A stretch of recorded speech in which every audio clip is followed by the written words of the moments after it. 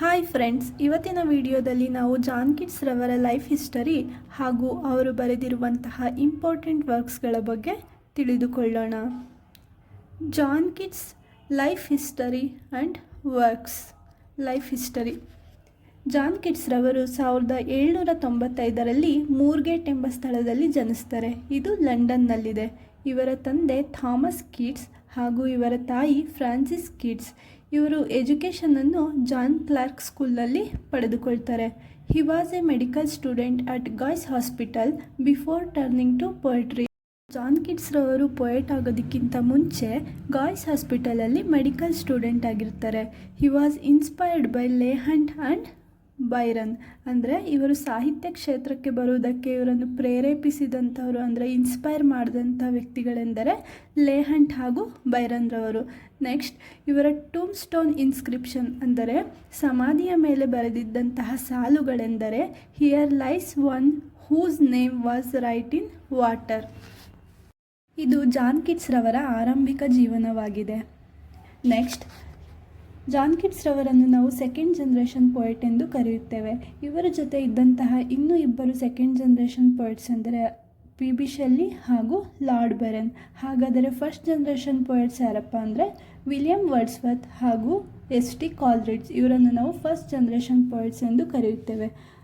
John Keats ರವರ ವರ್ಕ್ಸ್ಗಳನ್ನು ನಾವು ನೋಡೋದಾದರೆ ಇವರ ಫಸ್ಟ್ ವರ್ಕ್ 1814ನಲ್ಲಿ ಬರೀತಾರೆ. ಇವರು ಇಮಿಟೇಷನ್ ಆಫ್ ಸ್ಪೆನ್ಸರ್.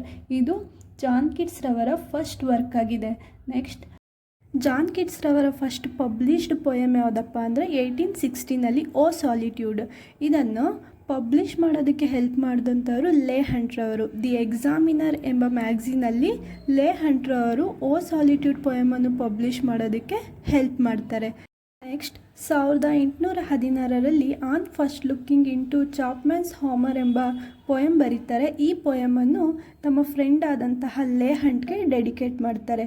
ನೆಕ್ಸ್ಟ್, 1818ರಲ್ಲಿ ಎಂಡಿಮಿಯಾನ್ ಎಂಬ ಪೊಯಮ್ ಬರೀತಾರೆ. ಇದು ಇವರ ಫಸ್ಟ್ ಲಾಂಗ್ ಪೊಯಮ್ ಆಗಿದ್ದು ಹೀರೋಯಿಕ್ ಕಪ್ಲೆಟಲ್ಲಿ ಇದನ್ನು ಬರೆಯಲಾಗಿದೆ. ಇದರಲ್ಲಿ ಟೋಟಲ್ 4000 ಲೈನ್ಗಳಿವೆ. This poem dedicated to Thomas Chatterton. ಅಂದರೆ ಈ ಪೊಯಮನ್ನು ಇವರು ಥಾಮಸ್ ಚಾಟರ್ಟನ್ಗೆ ಡೆಡಿಕೇಟ್ ಮಾಡಿದ್ದಾರೆ. ಈ ಪಿಕ್ಚರಲ್ಲಿ ನೀವು ಗಮನಿಸಬಹುದು, ಥಾಮಸ್ ಚಾಟರ್ಟನ್ ರವರು ತಮ್ಮ 17ನೇ ವಯಸ್ಸಿನಲ್ಲಿ ತಮ್ಮ ರೂಮಿನಲ್ಲಿ ಸೂಸೈಡ್ ಮಾಡಿಕೊಂಡಿರುವಂತಹ ಪಿಕ್ಚರ್ ಇದಾಗಿದೆ. ಜಾನ್ ಕಿಟ್ಸ್ ರವರು ಈ ಎಂಡಿಮಿಯಾನ್ ಎಂಬ ಪೊಯಮನ್ನು ಥಾಮಸ್ ಚಾಟರ್ಟನ್ಗೆ ಡೆಡಿಕೇಟ್ ಮಾಡಿದ್ದಾರೆ.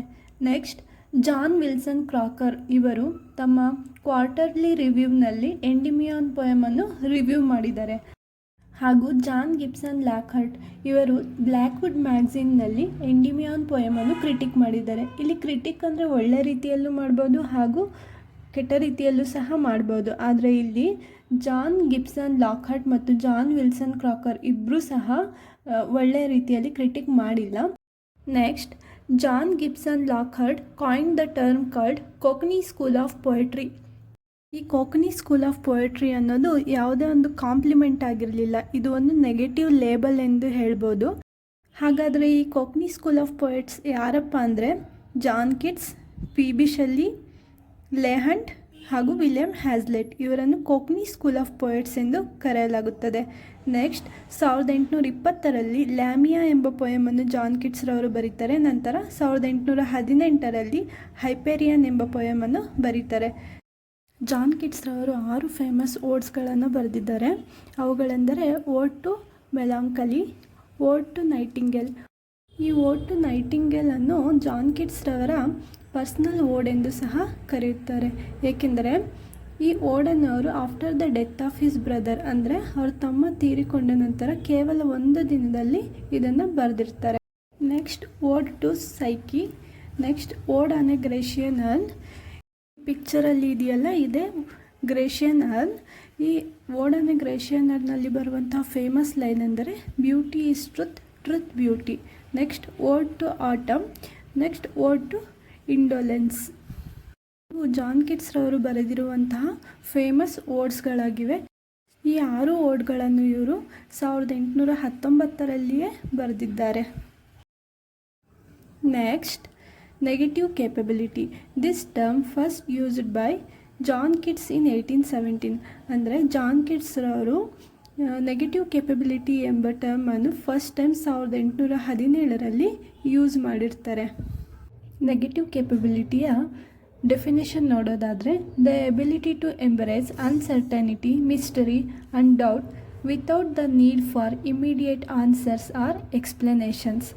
ಅಂದರೆ ಅನಿಶ್ಚಿತತೆ, ರಹಸ್ಯ ಮತ್ತು ಸಂಶಯಗಳೊಂದಿಗೆ ಸಹಜವಾಗಿ ಇರುವ ಸಾಮರ್ಥ್ಯ. ನೆಗೆಟಿವ್ ಕೇಪಬಿಲಿಟಿ ಹೊಂದಿರುವಂತಹ ಕವಿಯು ತಾತ್ಕಾಲಿಕ ಉತ್ತರಗಳನ್ನು ಹುಡುಕುವುದಿಲ್ಲ ಹಾಗೂ ಲಾಜಿಕಲ್ ಆಗಿ ಥಿಂಕ್ ಸಹ ಮಾಡೋದಿಲ್ಲ. ಸ್ಪಷ್ಟ ವಿವರಣೆಗಳನ್ನು ಬಯಸದೆ ಭಾವನೆ ಮತ್ತು ಸೃಜನಶೀಲತೆಯನ್ನು ಅನುಭವಿಸುವುದನ್ನು ನಾವು ನೆಗೆಟಿವ್ ಕೇಪಬಿಲಿಟಿ ಎಂದು ಕರೆಯುತ್ತೇವೆ. ಉದಾಹರಣೆಯೊಂದಿಗೆ ತಿಳಿಯುವುದಾದರೆ, ಒಬ್ಬ ಸೈಂಟಿಸ್ಟ್ಗೆ ಸನ್ಸೆಟ್ ಬಗ್ಗೆ ಕೇಳಿದರೆ ಅವರು ಅದನ್ನು ವೈಜ್ಞಾನಿಕವಾಗಿ ವಿವರಿಸ್ತಾರೆ. ಅದೇ ನೆಗೆಟಿವ್ ಕೇಪಬಿಲಿಟಿ ಇರುವಂತಹ ಕವಿಗೆ ಸನ್ಸೆಟ್ ಬಗ್ಗೆ ವಿವರಿಸಲು ಹೇಳಿದರೆ ಅವರು ವೈಜ್ಞಾನಿಕವಾಗಿ ಅದನ್ನು ವಿವರಿಸದೆ ಅದರ ಅಸಾಧಾರಣ ಸೌಂದರ್ಯ ಹಾಗೂ ಅನುಭವಗಳ ಬಗ್ಗೆ ಹೆಚ್ಚು ಗಮನವನ್ನು ಹರಿಸ್ತಾರೆ.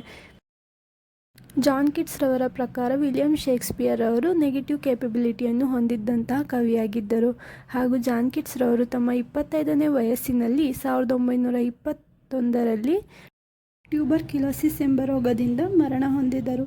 Thank you for watching.